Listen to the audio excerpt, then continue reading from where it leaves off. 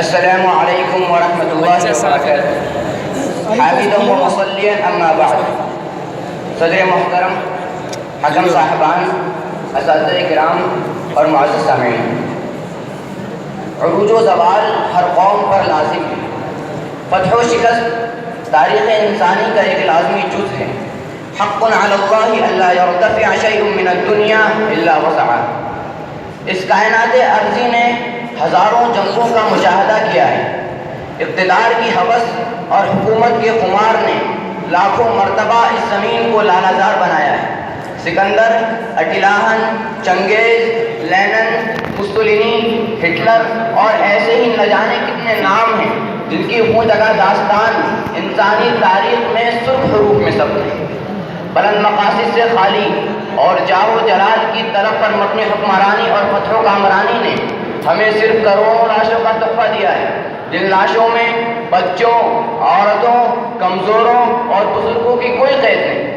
ایک ایسے وقت میں جب صرف اپنی تسکین انا کی خاطر ایک مختصر بم چھوڑ کر لاکھوں کی آبادی پر مشتمل ایک پورا شہر خاکستر کر دیا جاتا ہے، ضرورت ہے کہ ہم اس فاتح اعظم صلی اللہ علیہ وسلم کو یاد کریں جس نے بدر و حنین اور فتح مکہ جیسی عظیم فتوحات حاصل کی، جس کی پوری زندگی میں 63 سے زائد جنگیں ہوئیں، جن میں سے وہ بیشتر میں فتح و کامرانی سے ہمکنار ہوا، لیکن ان تمام جنگوں میں طرفین کے مقتولین کی مجموعی تعداد محض 1284 تھی، جبکہ صرف دوسری جنگ عظیم نے دنیا کو 5 کروڑ 48 لاکھ مقتولین کا تحفہ دیا ہے۔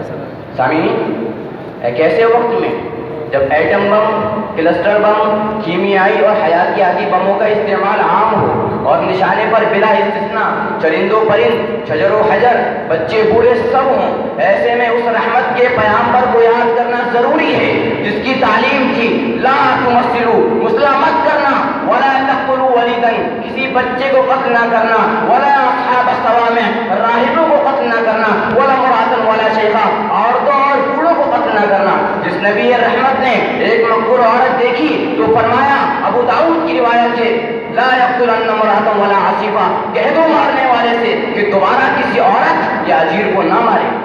سامعین، سکندر تاریخ انسانی کا ایک عظیم حکمران گزرا ہے۔ یونان سے لے کر ہندوستان تک اپنی فتح کا پرچم لہرانے والا جب مرا تو اس کی پوری حکومت منتشر ہو گئی۔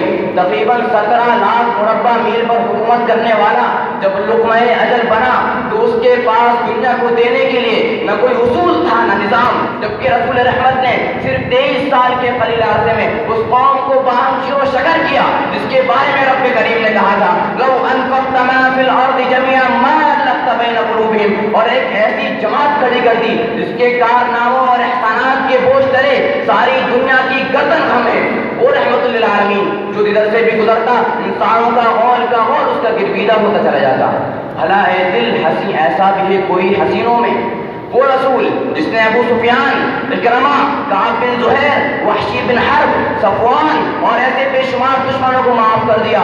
وہ اہل مکہ جنہوں نے آپ کو 20 سال تک پریشان کیے رکھا، یہاں تک کہ جان کے در پہ ہو گئے، آپ کو آپ کے وطن سے نکالا اور 8 سالوں تک آپ سے خونی جنگیں کی، لیکن فتح مکہ کے موقع پر جب آپ کے پاس 10,000 کا لشکر عظیم تھا، آپ نے فرمایا، لا تثریب علیکم اليوم اذهبوا فانتم الطلقاء، جاؤ تم سب آزاد ہو۔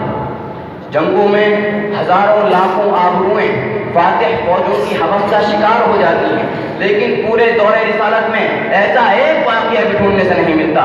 جنگی قیدی انسانی تاریخ کے مظلوم ترین افراد ہوتے ہیں جن کے ساتھ آج کی اس نام نہاد متمدن دنیا میں بھی ہر قسم کا ناروا سلوک بھی روا ہے، جبکہ رسول رحمت نے بدر کے قیدیوں کو فدیہ اور تعلیم کے عوض چھوڑا، حنین کے ہزاروں قیدیوں کو بلا معاوضہ رہا کر دیا۔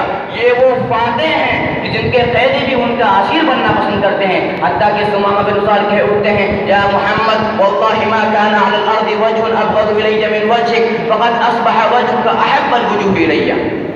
آج ریٹیلیشن اور ٹٹ فار ٹیٹ کا نعرہ زبان سے عام ہے، جبکہ رسول اکرم کا شعار تھا، ولا يجرمنكم شنآن قوم على الا تعدلوا اعدلوا۔ سامعین، دنیا کے تقریباً نصف حصے پر ایسی جنگیں مسلط ہیں جو بلا تفریق مرد و عورت، شجر و حجر، قتل عام اور تباہی کی کھلی تصویر ہیں، جبکہ رسول اکرم کی اپنے فوجیوں کو عام وصیت تھی وَلَا تَقْطَعُنَّ شَجَرَةً وَلَا تَحْقِرُنَّ نَخْلًا وَلَا تَهْدِمُوا بَيْتًا۔ سیرت و کردار کی اس عظیم ترین مرتبے پر فائز اس فاتح کی یہی خصوصیات تھی جس نے غیروں کو بھی ثنا خوانی پر مجبور کر دیا۔ وہ نبیوں میں رحمت لقب پانے والا، مرادیں غریبوں کی برلانے والا۔ آئیے ہم سب مل کر دعا کریں کہ اللہ رب العالمین ہم تمام کو آپ کی سیرت اپنانے کی توفیق عطا فرمائے۔ آمین۔ والسلام علیکم ورحمۃ اللہ وبرکاتہ۔